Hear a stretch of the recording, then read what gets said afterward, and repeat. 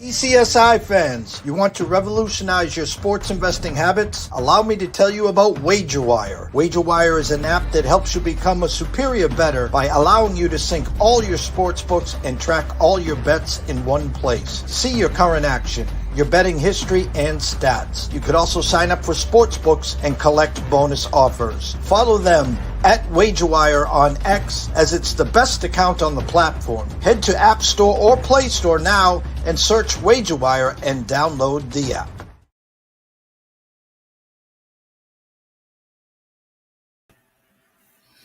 Hey, good afternoon. Welcome in. My name is Scott Webb, and this is In the Batter's Box. And this is a Sunday. And, I always want to say it's morning because for me it's early. But the way things go, we got a baseball game already going on, and it looks like Mackenzie Gore still struggling throwing strikes, and it's got a lot of pitches already. I think if I flip it over to that, I think he's at over 40 pitches, and it was just a matter of the first inning or second inning. He's actually at 47 pitches through 2 innings. So he should be at 30. So he's basically 3 innings into this game already. Which there's a couple of things I wanted to say about that. One of the things that you can look at with these guys, and what I like to do, I like to go back and see, okay, well, he had a bad start, so he's probably he's in a regret or a progression ripe spot. He should do pretty good. But you need to look at recent history for these guys, because ultimately stuff happens, and they get out of tune with what they're doing, and they lose I don't want to call it rhythm, but it's kind of like that. They get out of sequence, and then they try to figure out on the fly what to do. And sometimes they're hurt or whatever, and they're pitching through things. But the reality becomes is for Mackenzie Gore, his last 7 starts as a game score 38. 38. If you're 38, you don't pitch in the big leagues. Now he's a young kid, been around the block a little bit, having the best season he's ever had since he's been in the big leagues. He's had some really good games, and obviously he's in a bad stretch. So the point basically is you can't. We talked about it a little bit yesterday. You can't expect him to go out and be something he's not. So typically, let's say it this way. Mackenzie Gore is a potential ace pitcher. Never really lived up to that claim yet. He's still young. For the season, he's a game score 48.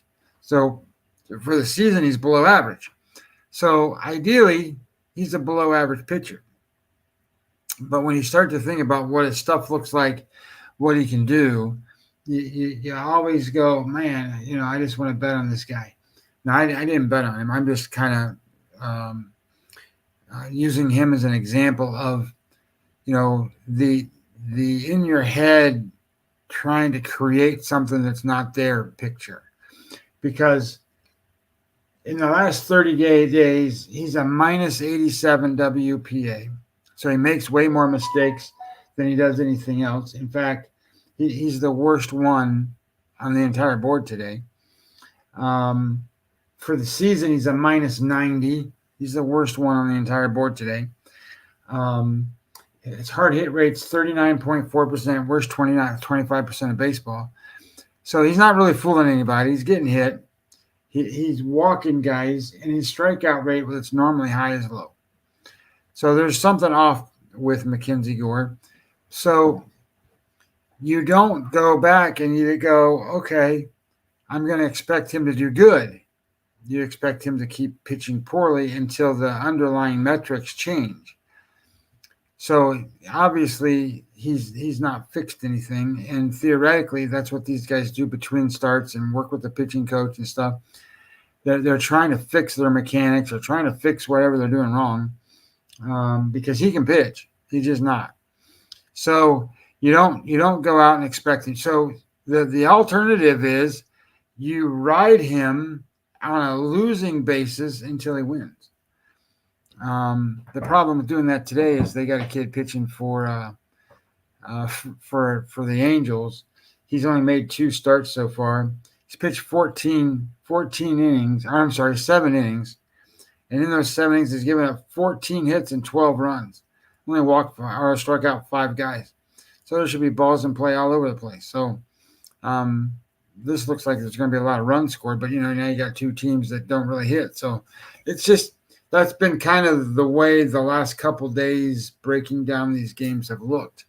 It's been really hard to figure out which way to go and how to make things work. Last night we won with Baltimore, but it had to get to a -150 to play it. But I mean, it is what it is. But we played it, won it.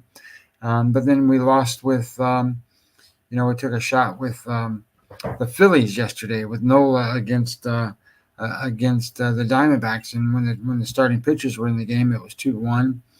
And the Phillies had guys on base with getting ready to tie the game, and they just didn't get it done. So then the bullpens came in, and it was all over. I mean, I think the score was 11-1. So these games are getting interesting. Some of these teams need to wake up a little bit and really start focusing on what they're. We're August the 11th. I think there's roughly 50 games to go, and 40, 50 games for these teams. And if you're like some of these teams are making a move. If Minnesota would have won yesterday, they didn't. But if they would have won yesterday, they're a half game back. They're moving right in, getting ready to catch these teams. The Padres are making a big run right now. The Diamondbacks are making a big run. So these guys are going to have to get some. And the Diamondbacks are getting healthy. I mean, pitching wise, you got Kelly on the mound today. Eduardo Rodriguez started. So you've got a lot of things getting ready to happen for them that are very positive, and plus they're hitting. So then for the Padres, they just have a lot of momentum going. They should have lost some of these games that they've won, but then they go win them. This kid Merrill Jackson. I mean, our Jackson Merrill. He's been really good. So it's interesting to see how these games work out. But today, in talking about these games, there's some we'll talk about a lot of them, and then kind of say, okay, well, this is what I kind of have an idea of to play, because I think there's a lot of talking points. Houston plays at Boston. This line moved a little bit just recently, and I know what it's from. If we go look at this line, let's get the line. Where is it? There it is. So if I go over here and I look at it, the game opened -135. It's up to 140. And Boston set their lineup out, and now everybody's going crazy because Rafael Devers is not playing. So before you go and now he's a key cog. Don't get me wrong. I mean, he bats 300. He's going to hit over 30 home runs and all that stuff. He's a good player. Have 100 RBIs. So he's an important guy in their lineup. Now, having said that, is he important today? Has he been important the last couple of days?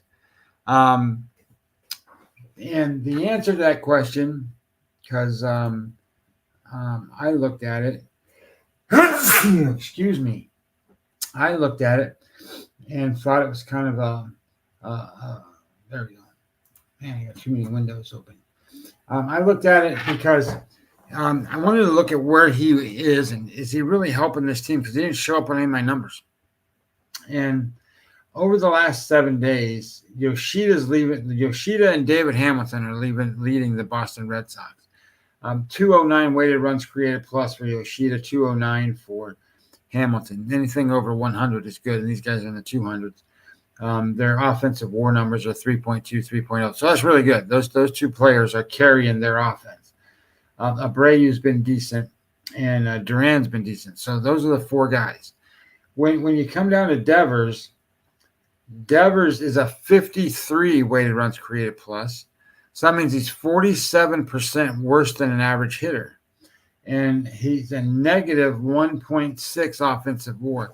So he's pulling away from the effectiveness of this team. Theoretically, offensive WAR, when you put him in there, you could put a replacement player in there for him, and they would be better. I know that sounds really stupid to say because of who he is and what he can deliver, but he needs a break, so they're going to give him a break. He gets a day off, and then everybody goes and bets on the Astros because of it. So I'm going to say a couple things about this game. So first of all, I wanted you to see that part of it because you can certainly overreact to the news that comes out on these games. And I think that's an overreaction to this to that spot. The other thing that I think is important to kind of look at is how did we get to a point where the Houston Astros are minus 140?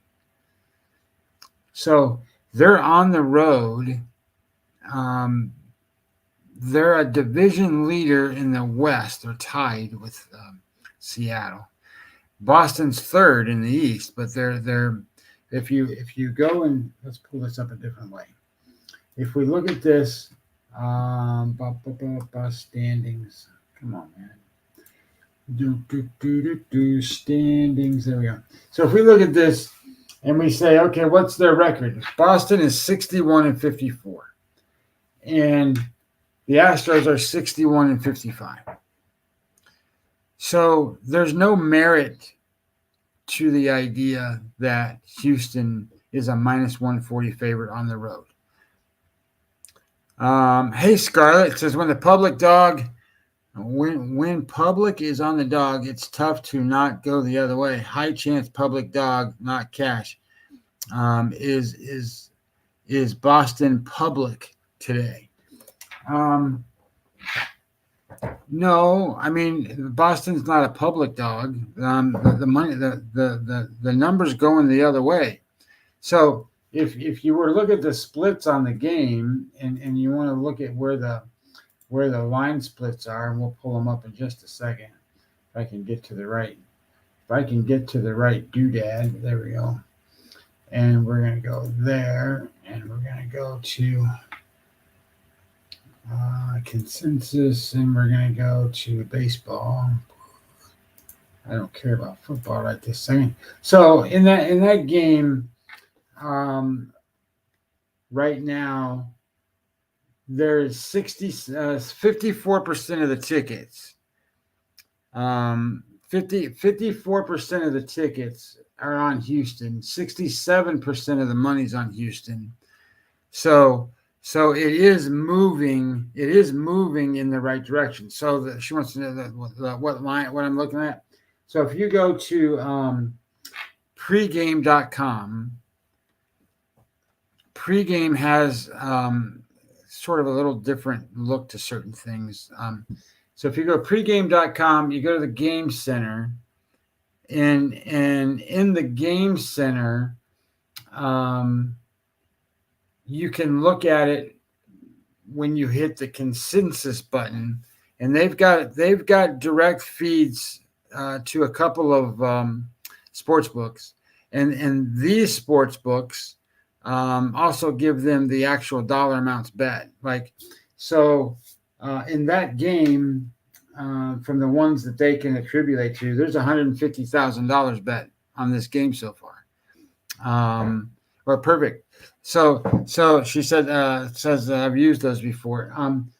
I would tell you that when you're looking at betting splits and you're doing all this kind of stuff, it's it's kind of hard because the truth is you don't know what you're really looking at. Like, Wager Talk has their odds screen. And I just use it a lot just because it's fast and easy. But the truth is their betting splits are crazy too.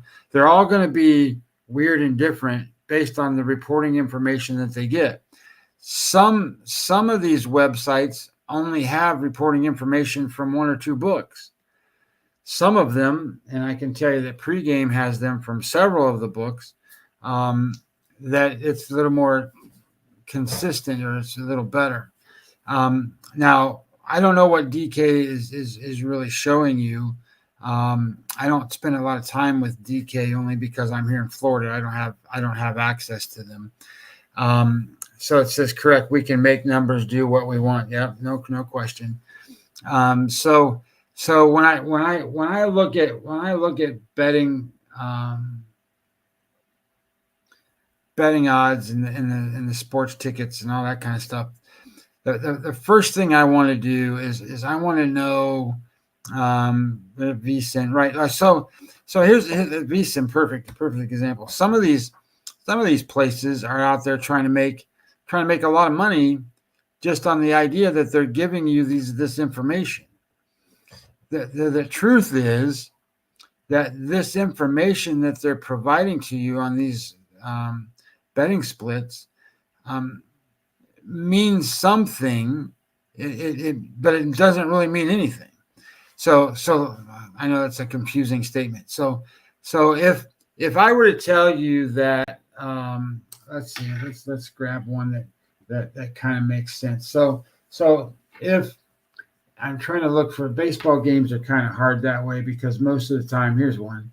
All right. So Cleveland plays Minnesota today. And on this website, it says the line was opened at Pick'em. Now it's Minnesota minus 116. And it says cash 58% of the money is on Minnesota. 71% of the tickets are on Cleveland. So this is going to go to a lot of people, and they're going to go out. Just wanted someone in the industry to verify what you're saying. Thanks. So it says 58% of the money's on in this case on Minnesota. So a line reading person is going to go and say that's the sharp money. That's the money. That's because the money's on there. And the tickets are so far on the other side, that's the public. And that may be true to a degree. But what you don't know without having certain specific information, what you don't know is how much money is tied up in futures bets, how much money is tied up in parlays, how much money is tied up in certain other things to really affect the line. Because just because it says certain things about what it is in terms of those percentages, that doesn't always reflect in where the numbers moved and why the numbers moved. And that's where I think a lot of the stipulation and problem comes in at. It's good to look at sort of that and try to figure out, hey, I think that the public's on this side, because you certainly don't want to be on the public side. And I'm going to be honest, you don't need to be on the sharp side. What you really want to be on is the side that the book wants to have a win, because the book don't lose. So if you can figure out where you think that the book wants the money, then that's the side that you want to try to be on. If you're playing it that way, yes, house side. You want to try to figure that out, because ideally, I think when you get into it and you start looking at this stuff, there's several things that happen. And the one thing is you become sort of an expert at what you think is going on and is probably a semblance of reality, but really isn't. Because when a sports book operator has to go manage risk, they have to move numbers based on lots of different things that these numbers don't tell you. And I think says that's why Las Vegas builds hotels consistently. That's no question. that a lot. So I guess what I'm trying to say is I'm not a big proponent of someone going out and going, hey, let's figure out where the money's at and bet against where the public is. That's a good thing, but it's really better. It's really better in those scenarios for sports betting that have spreads, because you can see a lot of different other things when it comes to key numbers and spreads and why things do what they do or where they go or what kind of what a sports book wants. You can sort of read through that a little bit. When it's a money line, you can see it some, but you can't see the whole big picture. And I think that's the scary part, right? And I think what a lot of people don't do when they look at this stuff for spreads is they don't correlate the spread dollars and the money line dollars. They should have a correlation to a degree when you're looking at these things in those aspects, if that makes sense. So for example, if somebody's, I don't know, if a football team A and the football team A is -3 and the money line is -180. Is that a fair number? Are they both fair? Or are they not? So they are sort of correlated to what the sports book's looking at and what they're doing. So we can get into some of that as football comes around and basketball. But when it comes to baseball, there's value in figuring out what money lines are right and which ones are wrong. So it says you like the Angels. I'm on them. I think in that particular game, I wouldn't mind the Angels. I don't mind the Nationals. I think there's a lot of runs to be had. Now that doesn't mean that they're going to make that work. I think the score in that game is 0-0 still, right? Isn't that what the score is? Scores. I think that game, that's 0-0, and they're in the fourth inning, and the Nationals only have one hit. So my concern is I don't think either one of these teams have great bullpens. I think both teams are in the middle of the pack on offense right now, but both starting pitchers are very hittable. Says first and third, no outs, Angels. Well, that's very scoring opportunities. I think that's good. One of these when you get spots like this, sometimes, and I didn't. It looks like they're getting ready to score. I didn't play runs. So when you look at stuff like this, sometimes when you're looking at it, kind of getting a grasp on which way to go, you can look at live bets, because this game, the odds aren't going to be crazy until they start scoring. And then as the game starts to narrow down, if you know kind of what bullpen you want to kind of choose to side with, I think you'll figure that out a little bit, and you can get some good things. So let me get back to this Boston Red Sox game, because here's what I think. I think nobody gives Paxton credit for what he's done. Thank you. Says such good advice. So Paxton, James Paxton, he has pitched. Where's my numbers? Here we go. Oh, wrong one. It is over here. I think I got like 15 windows open right now. Situation. All right. So James Paxton has made 20 starts this season, between being the Dodgers and the Red Sox. So what if I told you that he won 15 of those starts, or the team that he represents won 15 of those starts? They're 15-5. So why is that important? Well, the reason that's important is because when you make a bet, your starting pitcher may be knocked out in the third inning, but your team can still win. Or your pitcher can go 7 innings and they can lose or whatever. But your pitcher represents your team, and he's made 20 starts And in those 20 starts, that team has won 15 times. That's 3 out of 4. There's no way in hell you can bet against James Paxton. Because if he's winning 75% of the time he goes out on the mound, I guarantee you that's the highest one on the board today. 15-5. Stroman is 14-8. Lodolo is 12-6. Bibby's 17-5. That's pretty good. So when you're looking at it, right? Hey, Jay Barry, how are you, brother? Have a great day, my friend. Welcome in. What is it? Yeah. Today's Sunday. So I think one of the things you have to start with is I get it. He's not going to go out there and wow you because he throws 100 miles an hour. He can get up to 95, and he's old, right? So people look at him and go, man, he's going to fall apart. But I do think that the first thing is Houston has the same record as Boston. This is a home game for Boston, and I think when you go back and you say, okay, well, offensively, where are we at with these two teams?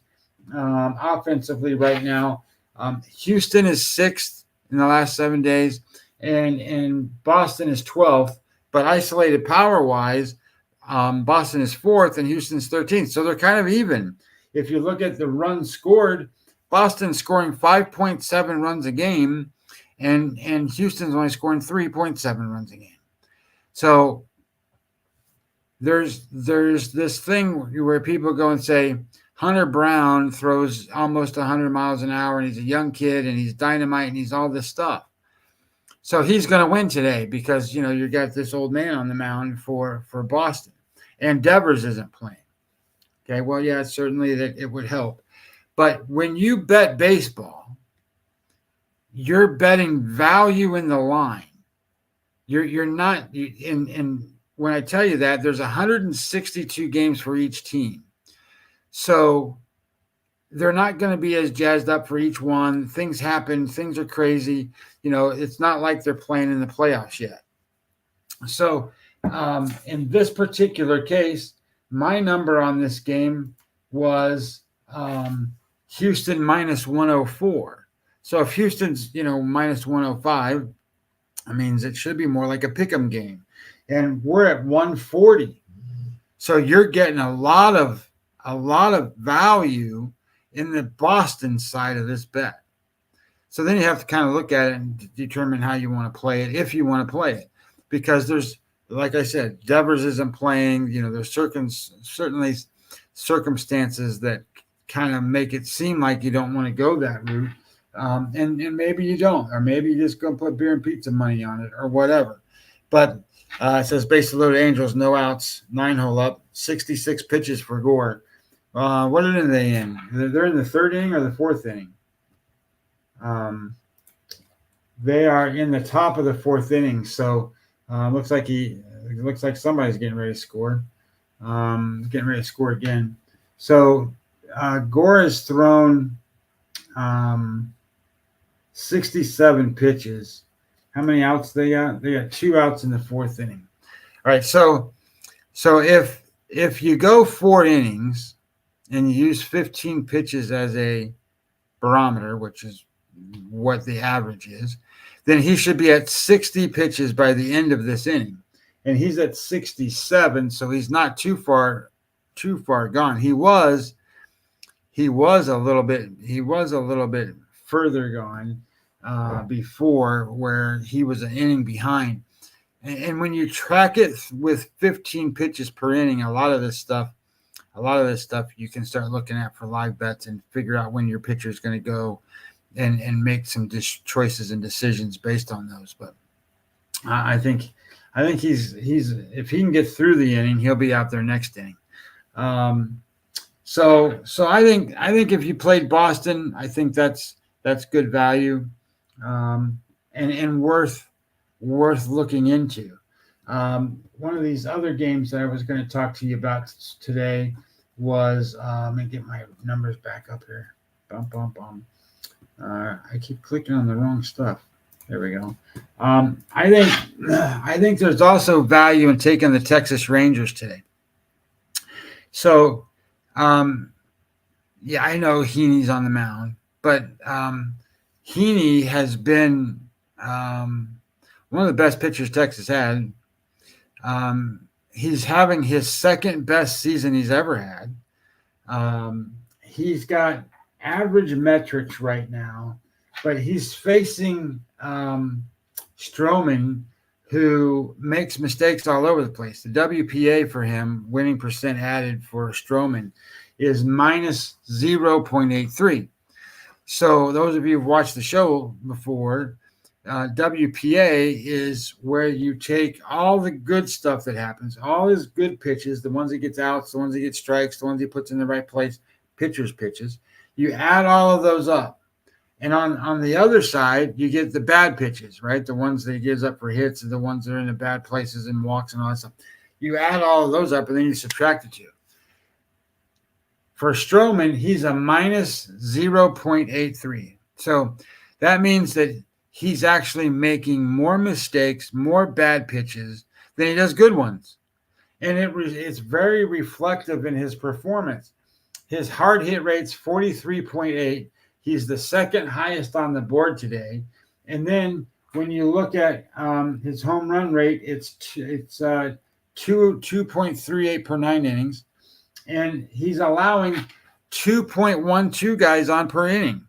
So 2 guys on in every inning. He's giving up 2 home runs every 9 innings. He's walking guys. He doesn't strike anybody out. He strikes out guys, but he's lower 25% in all of baseball. So that means balls are in play. When balls are in play and you have an advantage in balls in play, like the Rangers do, you don't have to worry about, coming up there and being in a spot where you got guys on second, third, and they strike out, because they're not. They're going to hit the ball. Now, they might not get a strike, or they might get a hit, but they're going to hit it. And when they hit it, all kinds of stuff happens. And on the other side, Heaney,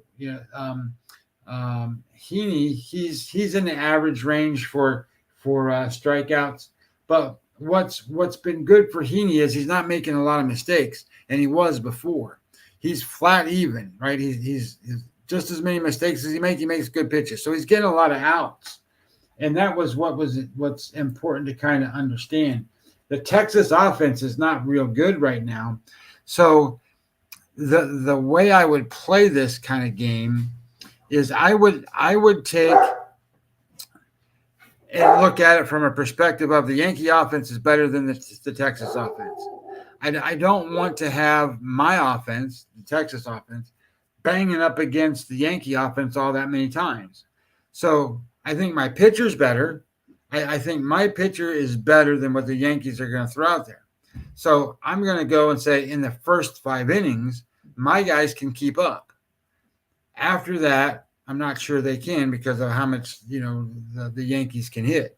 So I'm going to look at it from a perspective of in the first 5 innings, I think my team not only can they keep in the game, I think they can win the first 5 innings. So I'm going to play them first 5 innings plus 120 with Heaney today against Stroman. Stroman, I got a note on Stroman. Where is it? Stroman is his SOPS plus. So when I say SOPS plus, that's your slugging plus on base percentage, and then it's evened out. That's a lot of runs for the Angels. I think that you also look at it and you go, SOPS plus is 200. He's over 200. He hasn't had a game score over 50 since the end of June. So when you think about what Stroman is doing, he's run out of stuff, meaning that he can get 2 strikes on a batter, but he's not good enough to get a 3rd strike. He doesn't have that out pitch. Because of that, he's going to be so reliant on the ball being hit to a fielder. But if you make the mistake, which he's doing very regularly, then the ball doesn't get hit to a fielder. It gets hit for base hits or extra bases or damage. And his SOPS plus of being 240 or whatever it is, it's situational. It's 204. So that's 100% worse than an average pitcher. And on the other side of that, he needs a 63. So he's 37% better. So I got one pitcher that's controlling the opponent's offense and another one that's just adding fuel to the fire. So I like the idea here that you can get the Texas Rangers. And, I'm just such a disappointment in that team because I think that team, World Series champs, they could be really good. They just can't hit. So we need to get them hitting. And then, now you add a guy like Stroman out there. Maybe that's what the ticket that they need. So, but anyway, I think there's value in that play. I think that's in terms of plays I'm giving out. That's play number one. I think you take that Texas game plus in the first 5 innings there plus 120. Yeah, I'm going to give you another one that I think makes no sense to me. So Baltimore is in Tampa today, and you have Alberto Suarez, who's going to face Jeffrey Springs. Now, 2 years ago, Jeffrey Springs was really good. He did a lot for Tampa. He was a big deal. He got hurt. Last year, he pitched very, very little, and he hasn't pitched much at all this season. He came back. This is his third start. In his 2 starts that he's made so far, he has, where is he? There he is. He's only pitched 8 2/3 innings. He's given up 12 hits and 4 walks and 3 homers in those starts. His game score average in those two games is a 30 and a 38, right? So average is 50-51. He's 30-38. That's not good. In fact, that's pretty bad. Now, the way I've always kind of make sure you look at this stuff, guys coming back off of injury, it's like Garrett Cole, right? So he's a perfect example. Garrett Cole misses half the season, comes back.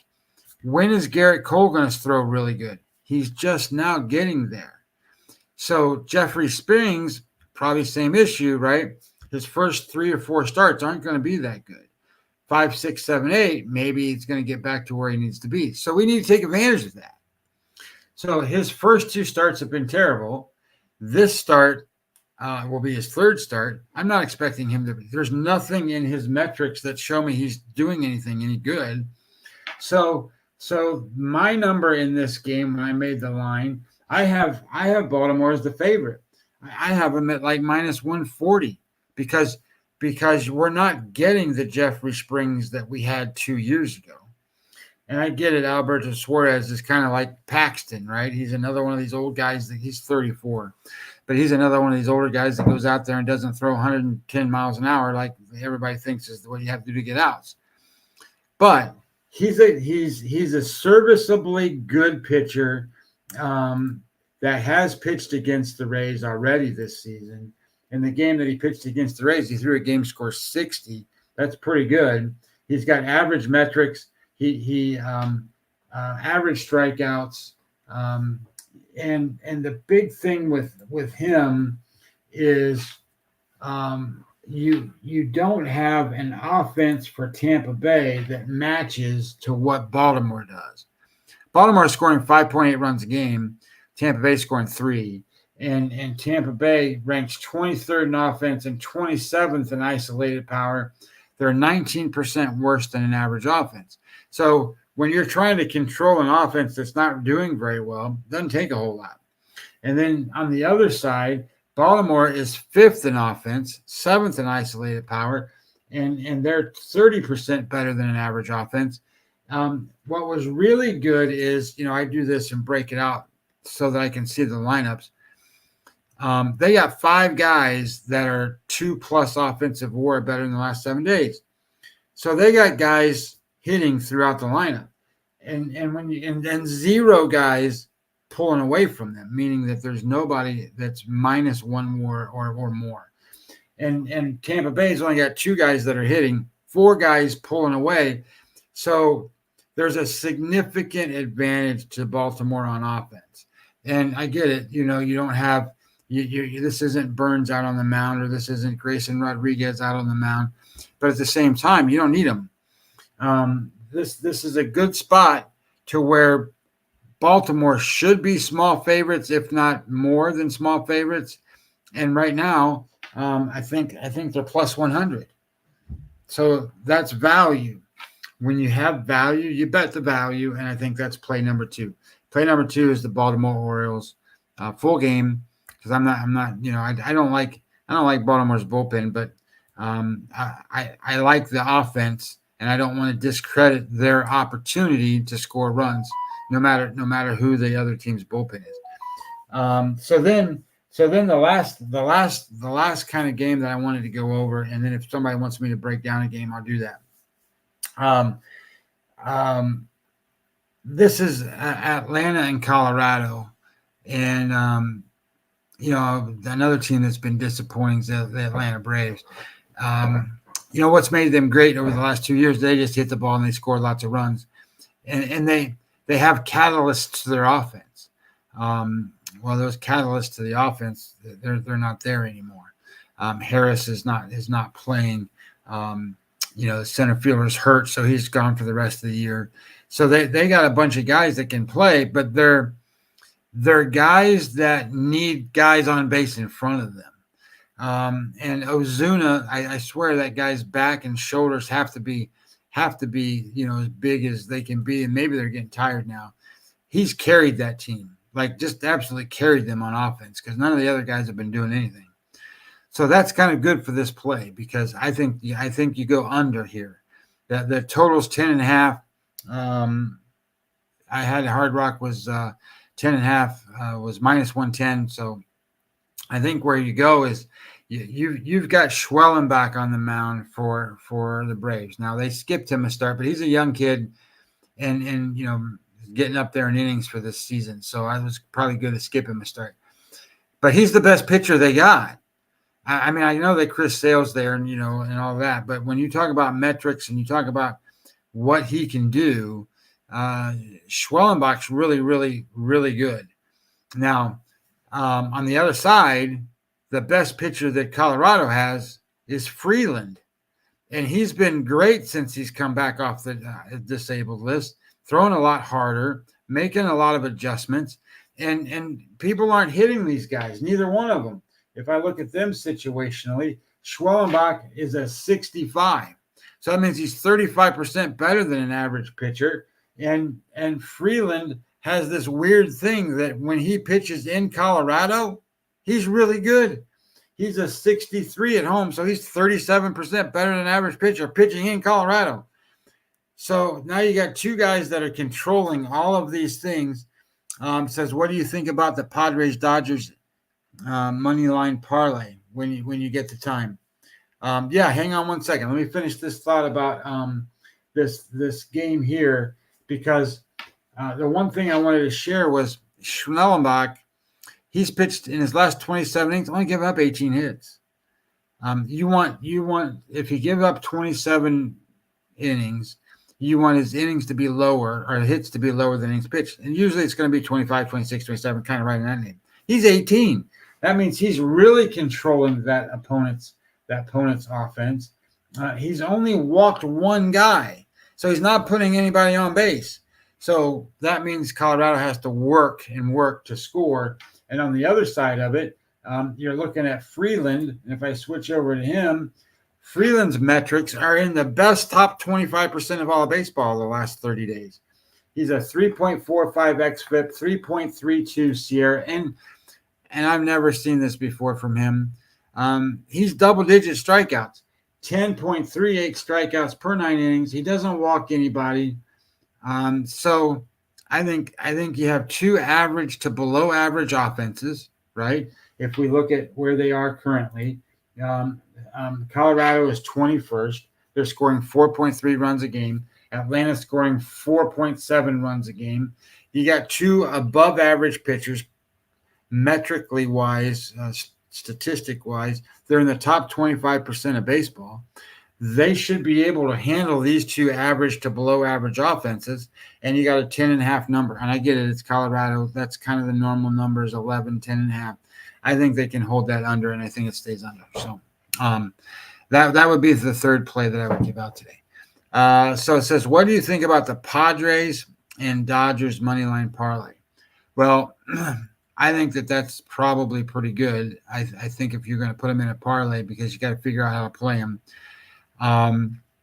Cease has here. Let me give you a number for Cease for a second. Cease has pitched 28.2 innings in his last 30 days. He's only given up 6 hits. 6 hits in his last 28 innings. Are you kidding? So and they play the Marlins, for God's sakes. The Marlins aren't hitting. So and the Padres are, and the best part about Cease, his last time that he pitched, the start before this one wasn't as great. It wasn't a great start. His number was a 40. Where is it? 40. He had a game score of 45. 45. And still he's given up only 6 hits in 28 innings. So I think Cease pitches well. I think that Meyer, the kid that's pitching for Miami, is a good pitcher. Now, he's young and he's struggled his last 3 starts. His first 3 starts, which you probably haven't seen, his first 3 starts were back in April. He made 3 starts for the Marlins. He was 3-0, pitched well. They sent him to the minor leagues to try to keep the innings down on his arm. They didn't want his arm to fall off because they were going to use his arm up like crazy this whole season. So he's a good pitcher. They sent him back to the minor leagues, brought him back. He's made 3 starts, and in those 3 starts, he can't get anybody out. So there's going to be a spot where Meyer pitches good. It could be this game, but the thing to think about is, okay, you're only asking them to win. You're not asking them to cover 2 runs. So when you're thinking about that, they have played. I gotta get the right button. There we go. They've played, and I look at these in the last 20 games instead of 10. They're 16-4 in the last 20 games of San Diego Padres, and you're asking them all you're asking them to do is win. Now, I think they've won 3 games in the last 3 days. They shouldn't have won any of them. But they've come back. They've made comebacks. They've done all kinds of crazy, exciting things, and they've won these games. At some point, Meyer's going to have a good game. Maybe it's today. But at the same time, I tell you that, I don't think that it's one of those spots where you can't go put them in a parlay. And the other thing I would tell you is, you got to be careful about the kid that pitches for the Pirates today, because I made a couple mistakes betting against him. Bailey Falter is having the best season he's ever had. That doesn't mean he's a good pitcher. That just means he's having the best season he's ever had. He's made 19 starts. He won 8 of them. That's pretty good for a guy that I would have thought never won and shouldn't win any of them. But in Glass now, though, is, I think, back to they skipped him a couple starts, got hurt there for a little bit, came back, wasn't any good.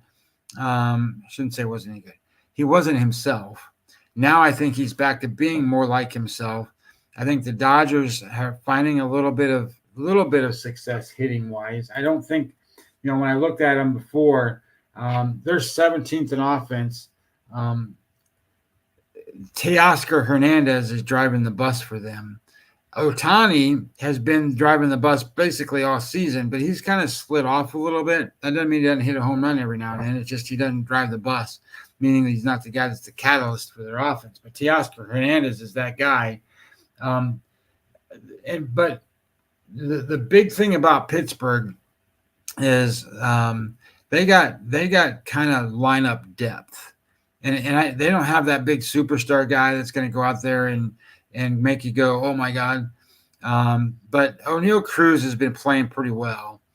Rowdy Tellez has actually been playing better than you think. Brian Reynolds is doing okay. And because they do okay and they're kind of all stacked up together, they actually score more runs than you think they do. So they're scoring 4.2 runs a game in the last week, and the Dodgers are scoring 4.5 runs a game. So offensively, they're kind of similar. The biggest difference is the Dodgers. The Dodgers are hitting home runs and isolated power, doubles, triples, getting extra base hits. The Pirates are not. So the Pirates have to work and work and work. Well, if you got to work and work and work against Glasnow, you're not going to do good. Glasnow is going to give up a walk or a single or something, and you got to hit a home run. Otherwise, you're going to get beat. Bailey Falter's not that way. Bailey Falter, you can work and work and work and beat him because he's not going to be a dynamo on the mound. So when it comes to that money line parlay, I think you're good with the Padres Dodgers. I don't know what the number you got on that was. It says, what about Arizona and Philly today? Well, that one's an interesting game in my mind because what do you do with Kelly returning to the lineup today? And so I've always had this thing about these guys that come back, and who are they? Because it's important. So Garrett Cole was out for a while and he's hurt, missed half the season. He comes back. Well, what's important about Garrett Cole? Velocity and movement. He's got to throw 98 miles an hour, 97 miles an hour, 100 miles an hour, or he's going to get hit, right? Because that's what makes Garrett Cole Garrett Cole. Well, Kelly's not that guy. Kelly's not going to go out there and throw 100 miles an hour. He's going to put the ball in the right spot. He's going to move it to where it needs to go. He's going to get movement on the balls that move. So his time away is less of an impact to his starts coming back than a guy like Garrett Cole. So well, look, if you're getting plus money on San Diego and LA, I think that's okay. I mean, it's worth it, right? It's worth it at plus money to make a play like that. Especially when you have two teams. Yeah, so think about your money line parlay for a second. A lot of money line parlays don't work, and they don't work because what you're really trying to do is change your odds. Is really what you're trying to do to make a decent bet. So I'm not a big advocate of going out just changing the money to odds. What makes this really work is who's in first place in that division, the Dodgers. How many games are they in first place in that division? I think it's like, 2 or 3 now? It's not very many. If I go back here and I look at it and I go to standings, if I go over here and I hit standings and I go down there, they're 2.5 games ahead of the Padres. It's like, holy crap. The Padres are on the run. So what do the Dodgers need to do? They need to win. What do the Padres need to do? Keep putting the pressure on. So when you have two teams that are in these kind of a spot like this, money line parlay is probably pretty good because they're going to do everything they can do to win these games. They're not going to go and say, oh, it's just 1 of 162 today. They're going to go, I got a chance. I'm playing Miami. We're going to go win. And the Dodgers are going to look, we got to hold off the Padres. We got to beat the Pirates. So I think that's good. It says offshore book versus retail like DK. Odds are much different. Yeah.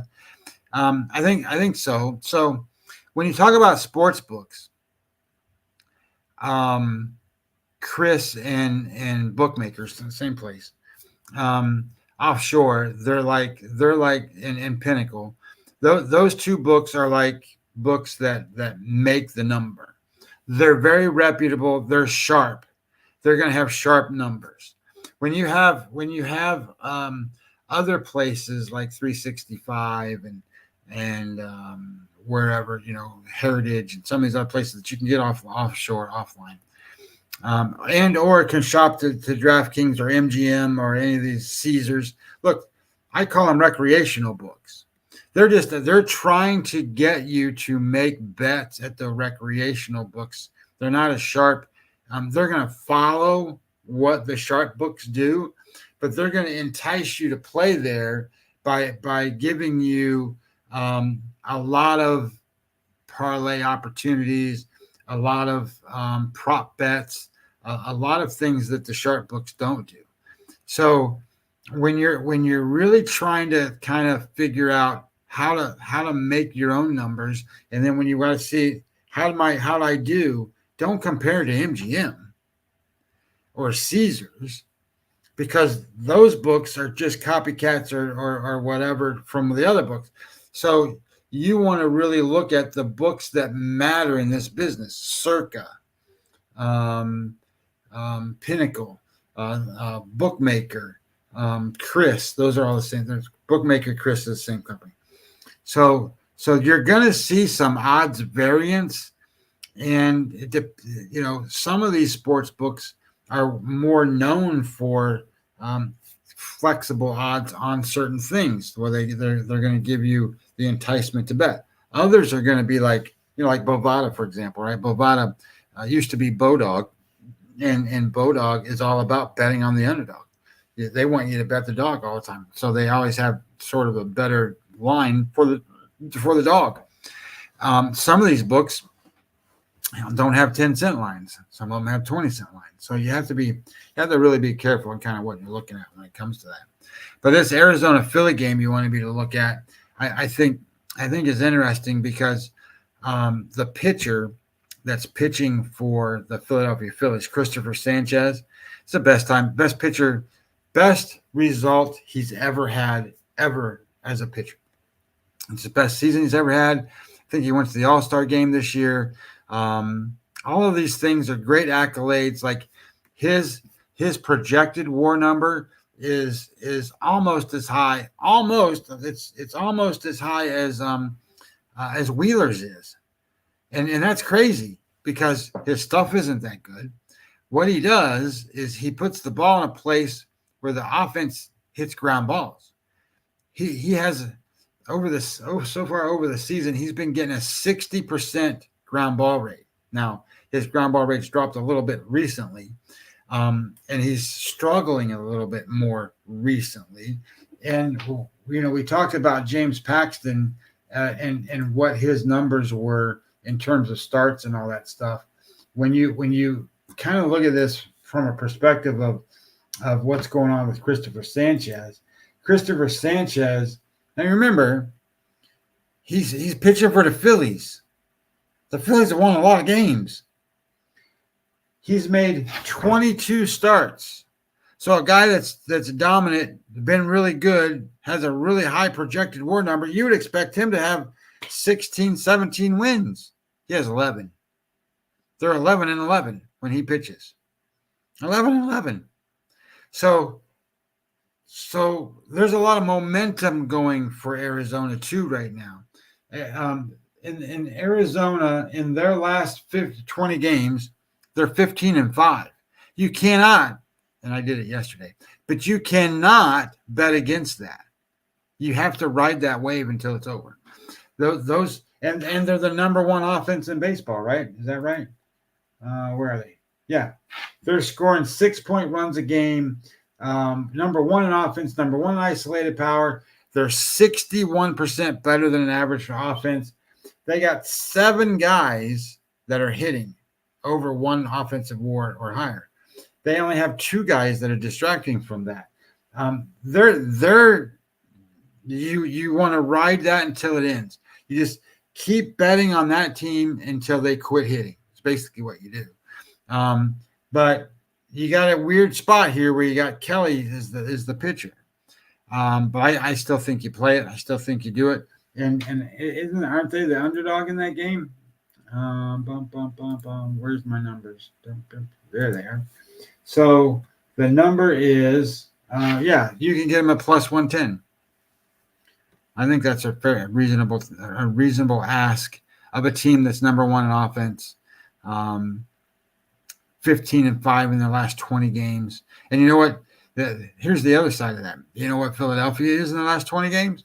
I think they've won 7. I think they're 7-13. Let me look. I think that's what the number is. Situational. There we go. Pow. They are